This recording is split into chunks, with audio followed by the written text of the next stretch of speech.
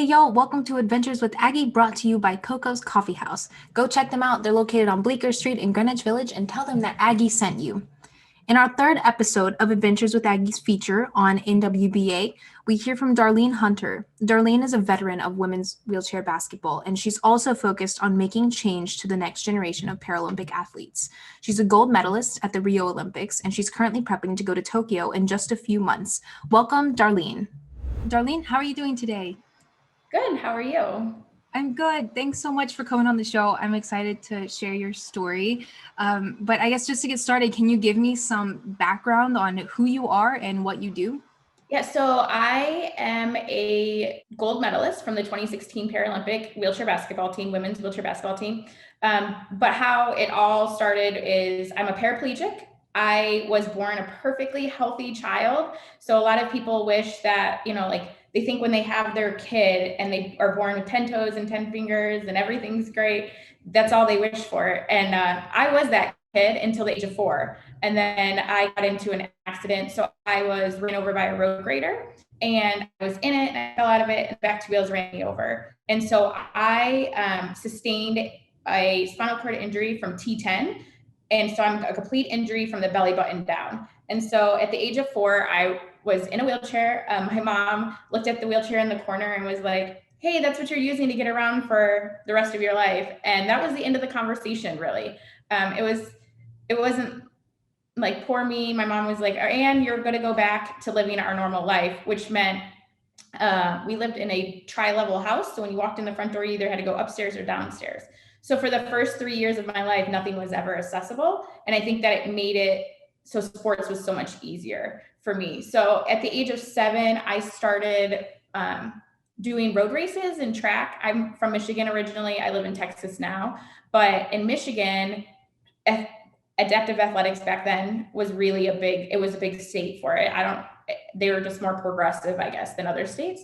And so I started doing road races. I became a really good athlete, made some world championship teams, was an alternate for the 2000 Sydney Paralympics for track. And then I went to college at the University of Arizona. And I went there because they had an adapted sports program. So the University of Arizona has the largest number of adapted sports for any college program in the United States. And so I think they're up to like, I don't know, 10 right now. I could be wrong, but so I went there and did track and road racing. And at that point in time, they wanted to start a women's wheelchair basketball team. I refused to play wheelchair basketball growing up. Like we had a team in Michigan, people recruited me and was like, please come play. And I was like, no, I don't want to do that sport. And so then when I got to college, we started a women's wheelchair basketball team with 5 track athletes. None of us had ever played basketball. We were horrible for the first couple of years. I think our high score was like 15 points because but we were really fast, but we couldn't get the ball in the hoop, right? We didn't know how to pick. We didn't know how to do anything. So I ended up helping start that team in Arizona and graduated in 04. And then I moved to Texas. And so I now live in Arlington. I'm a professor at the University of Texas, Arlington. So I had gone on, when I moved here, I came to UTA, got my social work degree, then went to Texas Women's University, got my PhD, and then I went back to play college basketball to prepare for 2020 Paralympics. That's now 2021 Paralympics. So I went back to play with the girls. We started a women's wheelchair basketball team here. And so I went to help build that program up, and I have a 4th degree in public health, I just graduated with it in December, which is really ironic with the pandemic going on. And so I'm like, oh, now I understand this whole pandemic a little bit better. And so I stopped road racing in 01 and then just became a full-time wheelchair basketball athlete. And those of you who know about Paralympics in the United States, you also have to have a full-time job and play Paralympics. So I have been a professor. I have my own company, so I have some side jobs, and that's how I furnish or finance what I do. But play wheelchair basketball most of the time. That's awesome. 4 degrees. That's so cool. I want that one day. But yeah, so you have to actually do all the work. Yeah. The last one was a killer. Yeah. Wow. That's awesome though. And they're so different, but they're related. I love that. That's so cool. So I guess my kind of follow-up to this is the theme of this series is NWBA. So at what point in your wheelchair basketball kind of story did you find the NWBA, and how did that connection come about? So the NWBA is the National Wheelchair Basketball Association, just so that everybody knows the terms we're using. And I found it, so when you play in any program and they are a team that wants to go to nationals, you're immediately in the NWBA. So as soon as we signed up at the University of Arizona to play collegiately, we automatically are part of the NWBA. And so I think we have over 300 teams right now from all over the United States in all ages. So I helped coach for like 10 years the Dallas Junior Wheelchair Mavs, and our youngest was like 3 years old. And it's so fun to watch like little 3-year-olds. Of course, they can't like dribble or anything, but like just wheel around, and like they're so little, all the way up to 18. And then they graduate, and then you see them go on to college. Like I've had, I'm watching kids now grow up, go to college, have personal lives, and really be independent people. So it was NWBA does a lot for people with disabilities, and it provides a support system. So we use sports as a tool, and wheelchair basketball in this case was a tool for me to get an education. It was for me to get a social support group, for parents to get a social support group. So like as their kids are growing up, they can go and ask other parents, like, what is the surgeries? What are other things? So the whole thing about NWBA is, it's looked at as wheelchair basketball, but really it's this whole cosmopolitan within it that really helps people, and veterans who got hurt at war come and play. And so it's this organization that really just provides a family for all of us. That's awesome. That's what I've heard. I guess the theme from all of these interviews with different people at NWBA is we're a family, it's a community. And I think that's so cool, because that's not the case at so many sports organizations in the US. There's all this competition and like tension, I guess, but I love that there is that kind of family feel. But I guess I want to talk about kind of what you were saying, watching kids train and how cool that is. But let's talk about training sessions. So can you walk me through like a typical practice session, and kind of just what your training looks like? So right now, because I'm not in the collegiate program, right? So I did the collegiate program for a couple of years, and that looked different than my life right now. So my life right now is more, in the pandemic, it's been really difficult to find, now that we're in Texas is kind of a wide open state, I say. We don't have as many limitations as we have teammates in Indiana who can't find a gym right now. Hoops are still off of their baskets outside. So during the pandemic, for the first 4 months, we just sat around and did indoor training sessions. We like threw a ball up to work on form. Our athletic strength and conditioning trainer gave us indoor workouts, which was like your own body resistance, body weight. So it's been really nice to like get out and get back in a gym and get back in a weight room.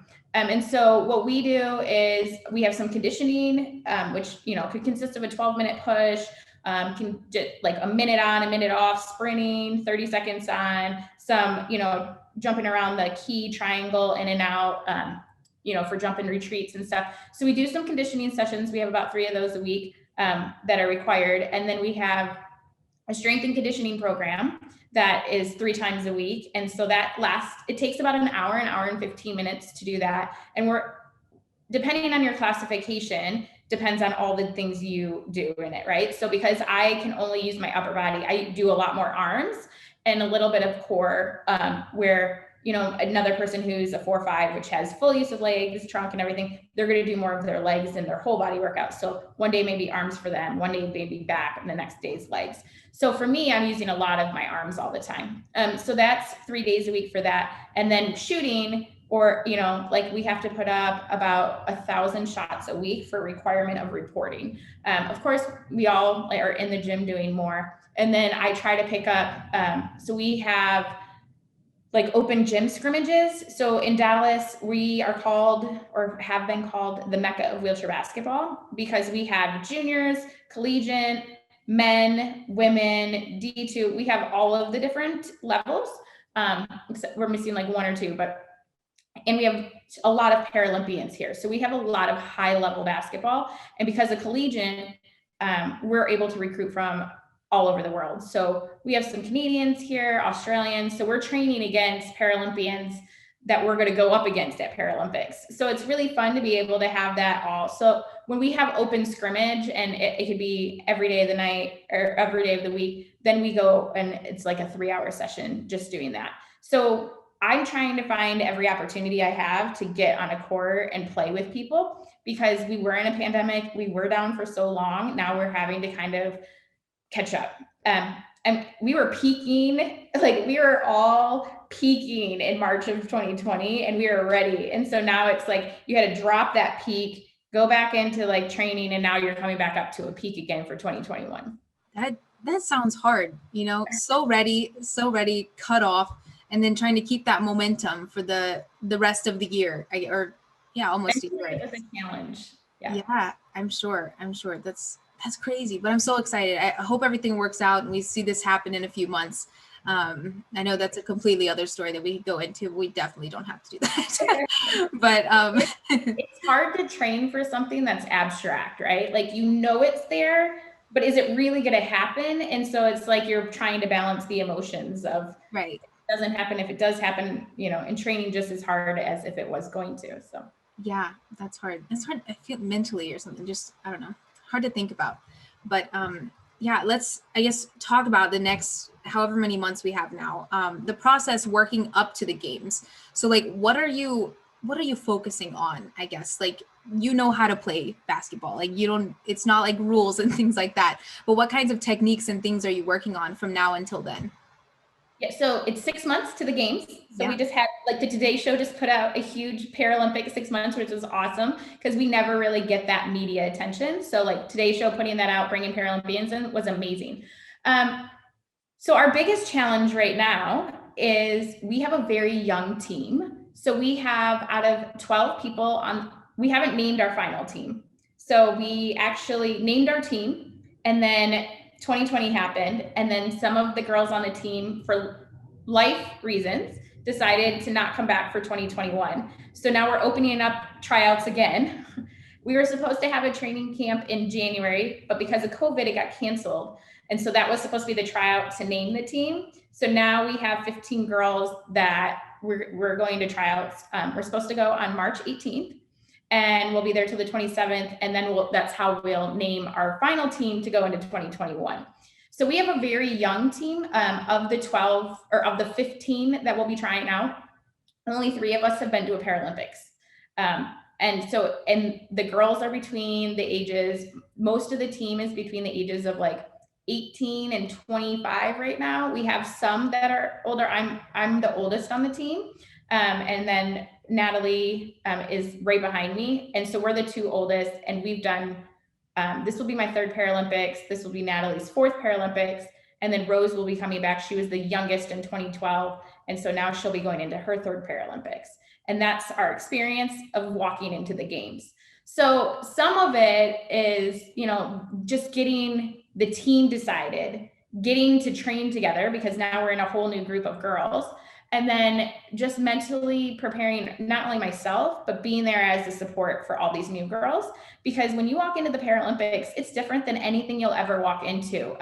In London, we walked into a stadium with like 80,000 screaming fans in opening ceremonies, right? And where we play wheelchair basketball, there's not a lot of fans in the United States. They don't really know that we exist. They don't know how to find our games, and the support isn't there. But when you're at a Paralympics and you're playing a wheelchair basketball game, the stands are full. So you're like, they're all screaming, and like if they're for you or against you. And so it's this really cool atmosphere, but it takes a minute to get used to it, like your nerves and everything. So it's always an amazing experience. I love it, but mentally you have to go in prepared that like it's louder, you're not gonna be able to hear your teammates, like helping your teammates stay calm. And so for my role on this team, it's a little bit different in that I will be more of a support to like the other girls. And so just being there to support them and helping them prepare as much as I'm helping myself prepare, because we're trying to do training camps, and then,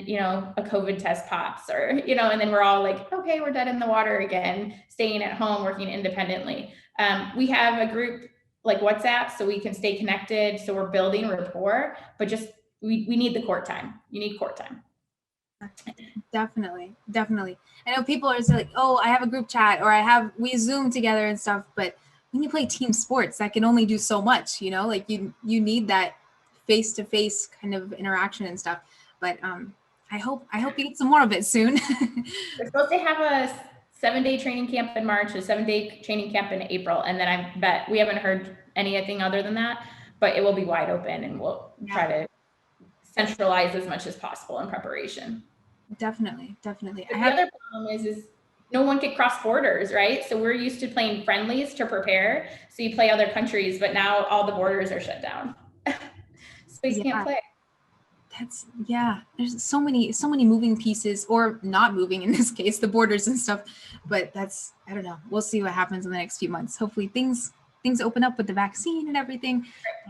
There's hope. There's hope. It's happening. But I guess I kind of have two follow-ups to that. First, I ask lots of Paralympians and Olympians this, but what does the road to Tokyo, the road to Rio, or the road to London, what does that mean to you? Like, to me, the hype, the Today Show, the commercials, like cool stuff on social. I feel like it might be a little different for you. But yeah, what does that road to Tokyo really mean? Yeah, so even talking about it, like I have goosebumps, right? Because it's just like that experience that like not a lot of people get to have. And what you can't call yourself a Paralympian until you actually go to a Paralympics, right? And so there's a lot of hopefuls, and you know that you're this role model for all these people below you that want to go. And so you're not just representing like your spot in the game, you're representing like all of women's wheelchair basketball and all of wheelchair basketball. And so it's very meaningful. My road, and what people don't understand is like you give up a lot to be a Paralympian and an Olympian. Like I have missed baby showers, funerals, I've missed weddings. Like I was at a competition and I was like iPad in to one of like my sister's weddings, right? And so it was just this interesting thing where it's like, oh, I'm so sorry, family, like you've gotten put on the back burner. And so that has been a challenge because I've done this for so long. Like I've been in high level sports technically since 2000, right? And so my parents and my family have given up a lot of time with me. I've had, luckily, the reason why I got the job that I got was because it's very flexible, right? Like the school works with me. I work at a UTA, which has wheelchair basketball. They understand being a Paralympian. And so I'm able to teach from afar. And so I can Zoom my classes in, or I can record my lectures, or I get guest speakers like our other teachers to like help me. But my road it's a lot, like you have to be very disciplined. You have to do your full-time jobs, try to socialize with friends and family and be supported there, but then get your training in. And then the road to Rio, we were training on the road for 100 days before Paralympics. So that's not even counting the 3 weeks we're in Paralympics. We were on the road 100 days. So that means like, loved ones, significant others, they're always picking up the slack for you. But when you win, like Rio, we won, right? So like that's the best thing that could ever happen. And the men won. And then able-bodied men and women for USA basketball won. So like it's the first time in history that all of USA basketball, able-bodied and disabled, won. And that was amazing. And from a Paralympic side, our sitting volleyball team won, our pole ball team, we brought home more team medals than we had ever bought before. And so to do it with everybody, it was special. But to be able to like win and then turn and see your family in the stands, that's the reward, right? Like that's the thing. And so all the hard work means something, but the road is at times very lonely. At times you're feel bad because you're missing out on something really important in your family's life. Luckily I've had really supportive people that have been like, oh, we'll just Zoom you in, or we'll just do this. And I'm always like, okay, cool. And I'm like in between game sessions of like video sessions and training sessions, like on a computer, like, okay, great, I'm here. Okay, this is so fun. And then trying to text everybody in between. But yeah, I've missed a lot. And it's at times like afterwards, you're like happy that everybody supported you and thought it was worth it. In 2012, we got fourth place, and that was a disappointment. And then now 2016 it was gold, and now Tokyo. We'll see. This has just been a lot more challenging this year, to mentally stay in it, and like have the pandemic, like you can't even go see family right now anyway, like traveling. So it's kind of like everybody's isolated and still trying to support each other. Sure. I was getting chills while you were talking about Rio too, so it's not just you. But Yeah, anytime somebody mentions Rio, it's like I love it.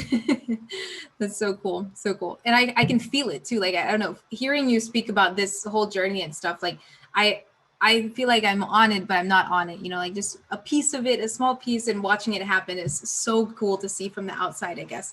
But I'm so excited. I can't wait to see what happens in a few months.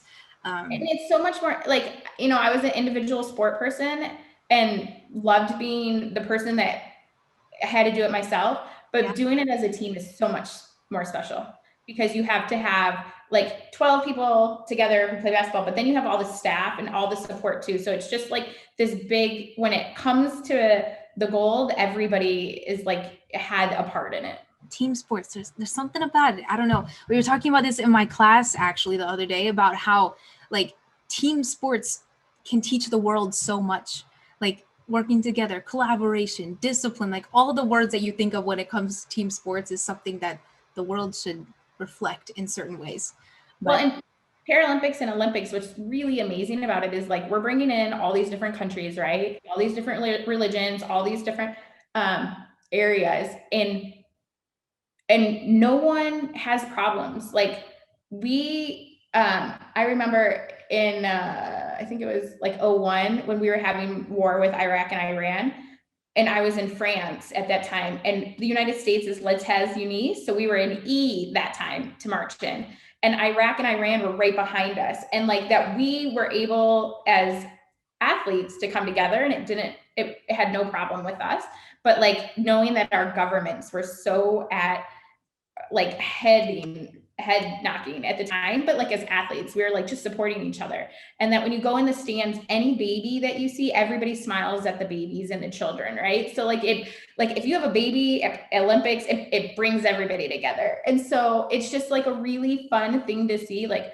all these cultures, and it also humbles you too, because we were able in the Paralympic Village, there's a lot of third world countries, right? So these athletes who come in don't have health care, don't have x-rays, don't have dental, don't have glasses, any vision, right?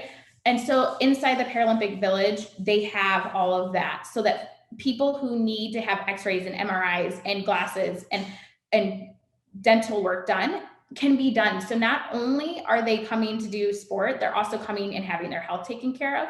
And you know that for 3 weeks, these are people who don't have to worry about healthy water, clean water, food. They get as much food as they want. And some of these athletes don't have that at home. So it's also a very humbling experience to walk into the Paralympic Village and hear those stories and interact with them and have friendships with them, and know that like once they leave, it's not going to be as safe as it is in that environment. So it's a pretty cool experience. Yeah, definitely. The coming together that the world experiences during this movement is crazy. And I don't think that people really get it. You know, like you turn on the TV and you see some people swimming laps and it's like, oh, that's cool. But when you think about like all of the stuff that happens to make that happen, or even the other things that are happening while that's happening, you know, like people like that, like the stories that you hear about the village and stuff like that, I don't think it's not talked about enough. You know, I think so many people, like hundreds of thousands of people, make this happen every 4 years this year. But it's, I don't know, I'm so excited talking about it. And I think that it's one thing that people talk about all the time. Like people talk about the Olympics, they talk about the Paralympics, but what does it really mean? That's another question, you know? Well, and it's the volunteers, we have to get on buses and go through security, and there are people who are just in the village and all they do is clean all day long. And we have people who just stand at the door and tell us what bus to get on. And there are people there are so many people that give up their time. They're not getting paid, right? They're doing this because they just want to be a part of it. And like currency is buttons. That's our currency in the village, right? And so they're always, like wanting to find the newest button and stuff. And so like, that's how we pay like our favors. But it's just this or pins, buttons, pins. But it's just this movement where you have, and they're always so happy to see you. It could be midnight, right? Your game goes into overtime. Like we were in London and our game went into triple overtime, right? So like longer than it should have ever gone. We basically played 2 games, but like at 12 o'clock, these people are still like clapping and welcoming us back into the village and like helping us get our food to eat for the night, because the village cafeteria is open 24 hours a day. And so it's just this cool experience where it's not just the athletes, it's everything else that is made up of it. And it takes a moment to take that all in and know how many people gave up so much of their time for you to have that experience. And I think that also comes with like, you don't understand that the first time you've been to a Paralympics, but the second and third time you do, because the first time you're just so wide-eyed, like what is happening around me? The shock of just being there is enough in itself. Right. Cool. I guess this is kind of, we're already touching on this, but I want to ask the question directly just to get a more direct answer, I guess. But what can you just describe the impact of wheelchair basketball on you mentally and personally, like what it means to you to be involved in this sport?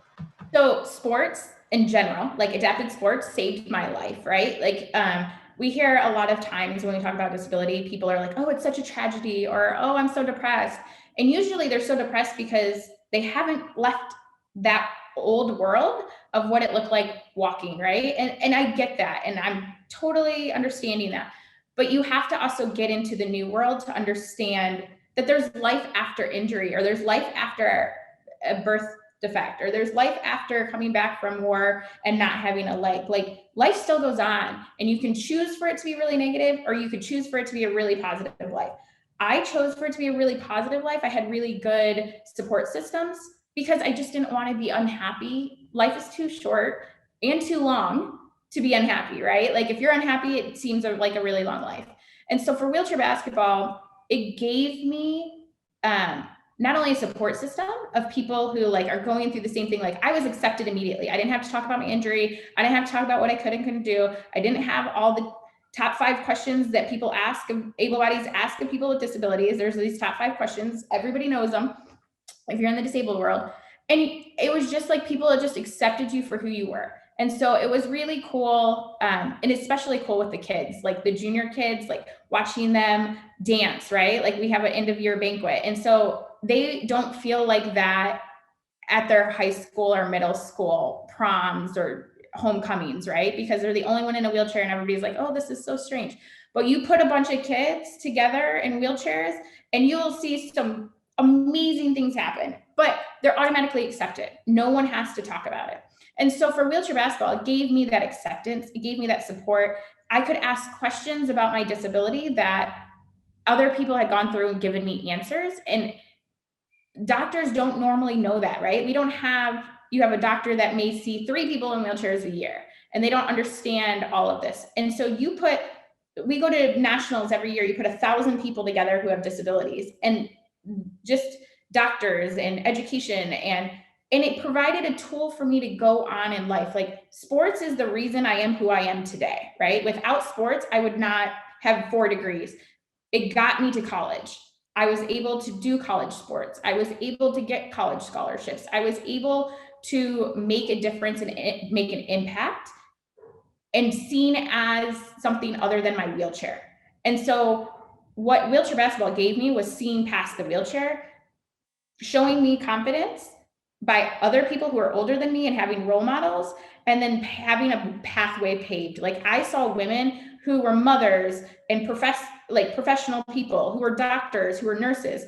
And so it gave me as a child the ability to know that I could be something as an adult. And so now my responsibility is to pay that back. So now I have to be that for the kids so that they see they can be independent and go on and do big things. Yeah, that's awesome. I think you're a great role model for these kids. I'm so excited for them to grow up watching all the cool stuff that you're doing. I told you with Mike Baller the other day about just the youth and seeing like how excited they are. He also mentioned the banquet at the end and how fun that is for all of them. I was like, I want to come. Oh, you can come to the banquet. They have glow sticks. They're like rocking it. I love it. That's so cool. But this is I feel like I say this on like a lot of my shows, like the power of sport, people throw this term around too. Like they throw around the Olympics and Paralympics, and like the power of sport. You don't really know what it means until you're like in the sport or in the sports world, and like you see how many people it impacts and how personal the sports world is to a lot of people. Because some people are like, oh yeah, I play baseball because I'm good at it, like because I can. But Right. those stories are only so interesting, because it's like, oh, they're doing it because they can hit home runs or something like that. But then once you get the personal part of the story, it becomes so much, I don't know, more interesting. I don't know a better word for it than interesting and passionate, I guess is the better word. But Well, and it teaches discipline. It right, teaches, camaraderie. It teaches understanding that you're not always going to win and that not everybody is going to allow you to win. And how do you suffer defeat? And right. it teaches you maturity. Yeah. So there's a lot of lifelong lessons. I think that people are understanding the importance of sports now that the pandemic happened and they were taken away from them for so long. And you see a lot of parents are like, my kid is falling apart. And it's, it gives people an outlet and a connection and a community. And, sports are just as important for the person who's not as athletic as being a Paralympian or Olympian. It's such an important thing at the like grassroots level as it is at the international level. I guess my next question, kind of as a follow up to that, is how are you working to raise awareness to educate people on this world that is adaptive sport? I know you've done a lot, so I'm really curious to see how you're going to take this question. But yeah, what are you doing personally to help raise awareness about this? So I don't know why I became this like person that I just grabbed onto it and it was like who I am as a person and it gave me a lot of worth. And now I am, for whatever reason, an overachiever in this area. So it's, and sometimes I'm like, this is way too much on my plate. So I, especially with women's wheelchair basketball, right? Like if we take the population of people who are hurt or disabled, and then you break it down into sports, people who are athletics and want to do sports, and then you break it down into wheelchair basketball, and then you break it down to females, we don't have a lot of them, right? For the statistic, and this could be an older statistic, but it's about where it is right now. For every one female that has a spinal cord injury, there's 29 men. Okay, so like that's and why? Because men do crazier stuff. Like they'll speed their car, motorcycle accidents, jump off of bridges, all of that stuff. Women don't usually do that, right? And so that's why that statistic is so different. So when you take that number and you know that there's one woman for 29 men, how do I get that one woman to come play women's wheelchair basketball, right? And so I've started to help start 2 collegiate teams and have a community women's team here in Dallas. But I started a women's wheelchair basketball camp because there is no other women's wheelchair basketball camp in the whole United States where they only focus on women when I started it. Now we've grown now and there's Whitewater does one is women related, but mine is completely free. So as long as the girls get here, then everything else is free. And so we have about 30 to 40 girls every year that come in for 3 days at University of Texas Arlington, and we play blacklight basketball, we play socialization, but it's because I want to build the women's, it's not only about the sport, but it's just about the community, right? Like women are really supportive. When you get a bunch of women together, they can move mountains. And so junior women only tend to play with men. And so on the bench, because men are just physically bigger, their muscles are bigger, they tend to get pushed off and back and they don't get playing time. So then they don't like the sport anymore because I don't get to ever play it. The women's ball is a different size ball than the men's ball. So a lot more women can make baskets with the women's ball than men's ball. So what we do is once a year, bring them into a camp and make them see how cool women's basketball is to help our pipeline. And so that was like my passion. That's how it started. It was like, how do we keep women in sports? And I'm working, you said you interviewed Dr. Andrea Woodson Smith. So I work really closely with her of how can we work this movement forward. And so I knew how important wheelchair basketball was to me and how much it changed my life. So like I am that person that I literally did this yesterday. There was a high school band news story and it was on a person in a wheelchair, right? And he's in his marching band. I immediately went on Facebook found him and I'm like writing to him about like, hey, do you know about sports? I think you should get involved. It's really cool. And so I have to write these messages to people. Like, I apologize. I'm really not some weirdo, but here's a really cool opportunity for you. And let me tell you all the opportunities there are. I stop people in parking lots. Like, I will run after people. If people tell me, because in Texas, a lot of them only speak Spanish, I'll be like, no problem. Can I have your phone number? And I'll have somebody who speaks Spanish call you up. And this is like literally what I do. I stop, anytime I see somebody in a wheelchair, I stop somebody at a library. And the kid was so excited. He's like, oh my gosh, I would love to play. And so that's how I get people into sport. Anytime I see somebody in a wheelchair, I am that random person that will go up to you and be like, hey, I think you should play. You'll have fun.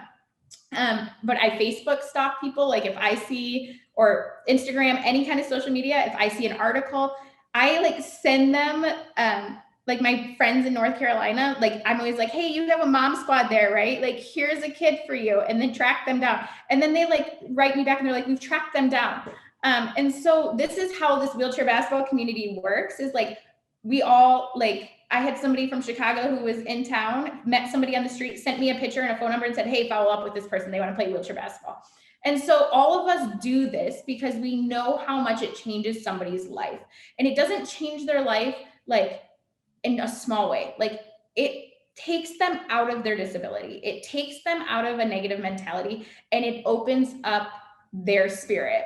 And so everything I do is like, how do I make your life better if I can give you this opportunity? And so I just randomly find all of these people, like, kid you not, I have a message right now to a high school student being like, hey, do you want to do high school track and field, or do you want to play wheelchair basketball? And so it's just this weird world that we live in wheelchair, in any adapted sports. Like everybody who's in a wheelchair who is in adapted sports will go and stop somebody and be like, you should come play. And then we try to get like our able-bodied friends to come play. If we don't have enough people, we'll be like, we'll put you in chairs too and see how, like, if you're going to be our 10th, we'll put you in a chair so we can have 5-on-5. It's so cool. It's so cool how it is like, it's like a mission, you know, everybody's on the mission for the same thing, to bring people more into it. And I hope that listening to you talk about this maybe inspires some people to get involved. But that's exactly what Mike was saying the other day on his show too. It's all about the personal invitation too. Like you can see it, but sometimes people aren't going to reach out themselves, or they're not going to just do it on their own initiative. But if somebody personally invites them into the organization or into the team or something, or even just says like, look at this, like they need that first kind of like opening of the book, I guess, to come and jump And in. I always take, like, I don't give them, I give them my information, but I take their information. So like once a month, if they're not showing up, like it took me 2 years to get one girl to come out. She's now at the University of Alabama at full ride scholarship, going to graduate with a degree. It took me 2 years. I had to drive like 2 hours to her house, sit down at dinner with her parents. Like it was a lot. And then, but she's like in it now, she's in it. And another kid, it took me a year with his mom to get her to bring him out. And every month we just have a list and we're like, hey, you haven't showed up. It's still here. Come out. I love that. I love that. That's dedication too. Following people for years to get them to come in, but I'm sure it's worth it from both ends, or yours and the other person as well in the end. That's awesome. It's very rewarding. Yeah, for sure. For sure. Cool. So I guess the next question about supporting NWBA. So how can people get involved, whether it's playing or just being involved as a supporter like myself? Yeah, how can people get involved? So the biggest thing is just awareness, right? Like the more we can just push the name out, right? Social media, friends, conversations, classmates, all of that. Any way that can happen.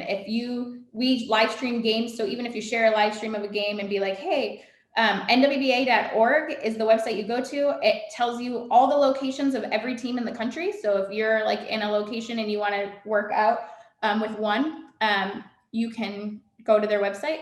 Financially, if you want to be a sponsor or donor, knowing that you're changing people's lives, like knowing that the money that you donate to the NWBA actually goes into the players and helps start teams, helps travel, helps get us where we need to go.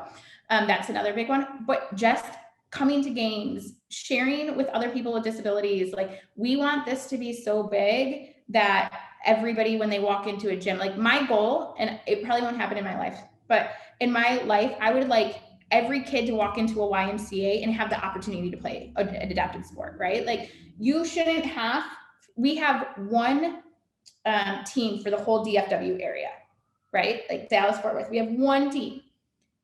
Well, we actually have three, but we have one program. Those kids are driving 2 hours to play basketball.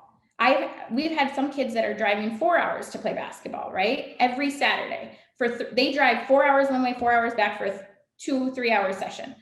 My want and goal would be for everybody to have that opportunity in their backyard, because able bodies do, right? Like, no one has ever questioned if a kid is going to be able to play soccer in your hometown, or play basketball, or play anything.